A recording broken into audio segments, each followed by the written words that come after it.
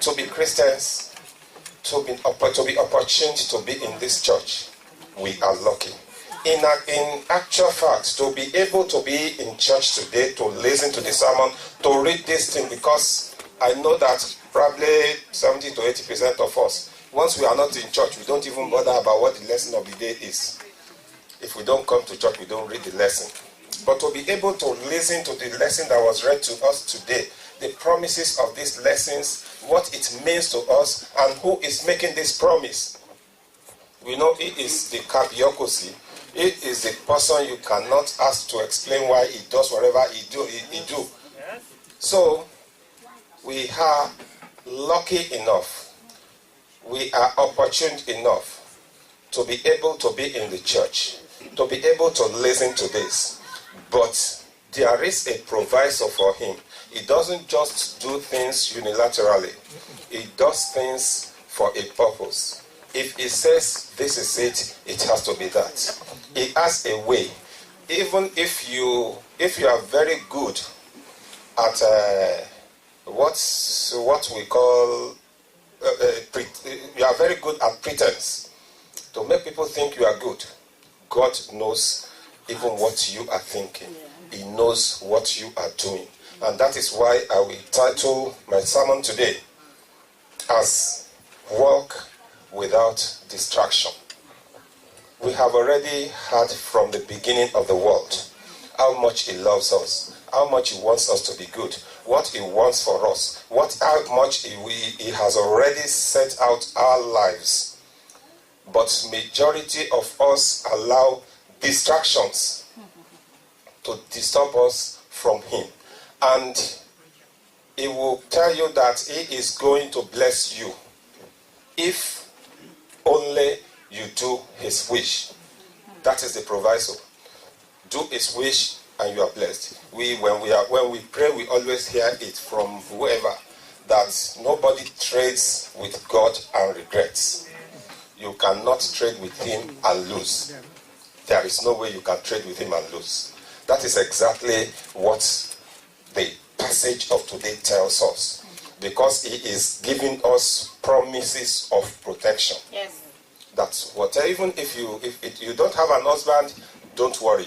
You don't have a child, you have no problem. You don't do this, you have no problem. You don't do that, you have no problem. Because he is Lord. Yes. Because he is sure of what he can do. Yes. Because he is sure that even those who don't have children, they may even be happier than those who have children. Those who don't have husbands, he has the power to make them even to be happier than those who have. Yes. That is the Lord we serve. Yes. And that is exactly the only thing that sets us out from the crowd.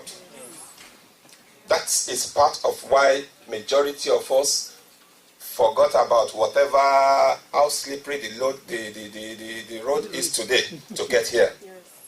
That is why since yesterday, Mommy Olayinka and me, we've been talking. When are you going to pick me up? I am around today. I will pick you up. That is why even for her to get into the car, we had to go there and hold her so that she does not fall down. If somebody of her age can be so enthused about church, can so much like God, can do things to please God, what do you think people like me will do? What are those of us who are here will do? I am not praising her. I am simply using her as a point. If somebody of our age can say no matter how cold, no matter what the snow is, no matter what, I have to be in church, we have to be in church to worship God. What excuse do we, who are younger, more agile, have more time, what excuse do we have? The same thing applies to all the mothers here. I was greeting the Umorus. I didn't even know my mommy Umoru was sitting at the back when she greeted me. I felt it in my vein that all these old women, they are bearing this, they are saying no to the snow, no to the cold, no to anything, simply to come and worship God. Yeah. God will not forsake each and every one. Amen. So today, we are at a crossroad. It is left to us.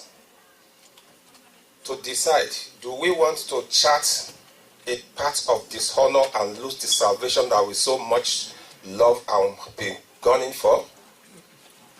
Or do we want to do it as it should be done,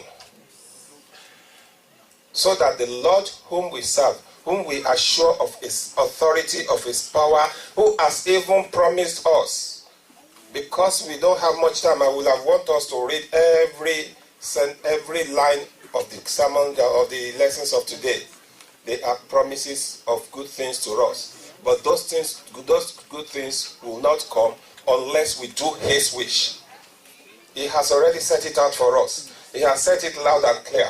He is the only person who will say he is jealous. And now nobody says anything to it. If I say I'm jealous now, people will start making jest of me. That what is he jealous of? Is he of his wife, or of his what, of his position, or of being the compliance officer? But God says, I am a jealous God. You cannot serve any other God with me. And nobody has ever, I've never seen anybody, no matter how dumb the person may be, who will say, why should God be jealous? Why can't I serve other gods? Nobody has ever done that. That is the God we serve. That shows the power that he has. Do not let us forget, when Moses cried to God at the Red Sea, God gave him an instruction that he should keep walking. He should keep walking.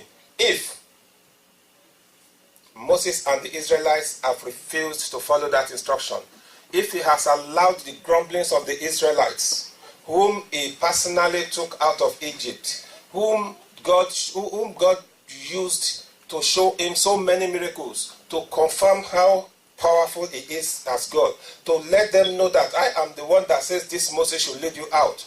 But by the time they got there, what did they do? They started saying other things. Why did you take us out? We would have been better serving the Egyptians. We would have been better working for them than to come here and die at the Red Sea. If they have allowed all those distractions, they would have missed one of the most important spectacles of the Bible life. The book of Exodus 14:15.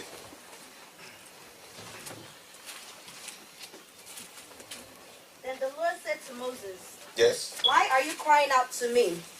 Tell the Israelites to move on. Raise your staff and stretch out your hand over the sea to divide the water, so that the Israelites can go through the sea on dry ground. That is the essence of not allowing distractions. Because before he cried to God and God spoke to him, the Israelites has been grumbling. Those grumbles were enough to have distracted him. If they too, the Israelites, have refused to follow the instruction of Moses, this is somebody you have been abusing and have been grumbling about. If they had refused to follow what he says, they would have missed that particular aspect, which is one of the greatest miracles in history. When David was faced with the Goliath, he avoided his brother's distractions because he knew that his coming out to face Goliath was a cause, and that cause has to be established. Everybody knew what Goliath was. A very great man, a great warrior in their own side of the aisles. But when this is somebody whose business is just to look after the sheep, says he wants to go and, attack a fight at the war front. The brothers were not wrong to say, no, you cannot do that. The brothers were not wrong. But because of the cause, because of what God had, because of what God has assigned him to do, he refused to listen to them. Let us assume there were some military boys outside there, and they are saying khaki, khaki, and doing everything, and we all ran in. And Tosin now said, yes, I have the power. I am very sure that Minola will pull him back and say, no, you cannot do it. You don't even, I doubt if you have ever handled a live gun, a gun that is loaded. Talk less of those people who are specially trained for it. That was the situation. The book of 1 Samuel chapter 17 from 28 to 30. And Eliab, his oldest brother, heard when he spake unto the men. And Eliab's anger was kindled against David. And he said, Why camest thou down hither? And with whom hast thou left those few sheep in the wilderness? I know thy pride, and the naughtiness of thine heart, for thou art come down that thou might see the battle. And David said, What have I now done? Is there not a cause? And he turned from him towards another, and spake after the same manner. And the people answered him again after the former manner. And when the words were heard which David spake, they rehearsed themselves before Saul, and he sent for him. And David said to Saul, Let no man's heart fail because of him. 28 to 30. Just 28 to 30. Thank you very much. What I want to point out there was that despite the fact that God instructed David to go there, the brothers were there who were still trying to prevent him. If he had listened to them, we probably might not have heard of him up till today. It is the very same thing with each and every one of us. There is a church. They preach that life after this world, that is what we are clearing the ground for. Coming to church and doing whatever. It is not for this church. It is not for the shepherd. It is not for anybody. But it is for our individual treasure that we are piling up in heaven. That treasure is what we are going there to use. If, like David refused to allow himself to be disturbed or to be distracted, we should not allow anything to distract us. We have a cause. The cause is salvation. Whatever we preach, if we preach that you behave well, if you preach that you do what is right, it is simply to lead you to salvation. Salvation is the cause. Our own is not to allow anybody or anything to distract us out of the way. And as much as we don't, salvation definitely will be ours. Amen. We have a lot of things to talk about. We have a lot of examples. Elisha was determined to have a double portion of the anointing of Elijah. And therefore he burnt the bridge, all the bridge of temptation. There were so many temptations on the way for Elisha to disturb him from following Elijah. Even Elijah himself told him to stay, but he refused to stay because of what he wanted, because of the cost that he has, because of the things that were going to happen, because he wants his name to be spoken about even by me and majority of us to be read about. It is the same thing with us. There are so many little things that are on our way, that are distractions for us, that are obstacles on our way, that we ought to push away. Just like it happened today, the snow came at a time when majority of us would have preferred to still be under our comforter sleeping. I was surprised when I was about thinking, how will the Fagbamigwes get to the church today? But by the time we even shoved a little, they came. No matter how he dressed, even if you put the cap on and things on, they still got here. That is what our life is. I am bringing it into our life. I am not just using Old Testament examples. I am using examples that are with us, for us to be able to know that there is nothing that happens then that does not happen now. The snow and the weather and all those things is enough for some people to say, I don't want to go out. If you don't go out, we'll go next Sunday. But because we have a cause, because we want to pursue our cause, because we are not going to allow anything to distract us from this our cause, we all forgot about the snow. No matter how slippery the road is, we want to get her, and we are here. And God will take this to look at each and every one of us in a very good manner. Amen. As we go on. Amen. So let us know that coming into the world is a thing. Doing what is right is another thing. If we don't know what is right, it is understandable. But when we know it, that is why I always believe that for those of us who wear this dress, who comes to church, who listens to sermons, it is even more important for us not to miss salvation, because we will be asked, did you not listen to sermon? Were you not opportune to listen to the sermon? Ignorance is no excuse. Even if we don't come to church, I am very sure if you put on the television, you will see more than 10 channels that are preaching, that are talking about salvation. There is no preaching that does not, those end is not you that is being preached for getting salvation. So it is very, very important that we don't allow anything to disturb us. And even if up till now we have made mistakes, we can make restitution. Yes. There is still, as much as we are still living, we still have the opportunity to make necessary amendments in our lives. It is not a matter of once I have done this and that is the end.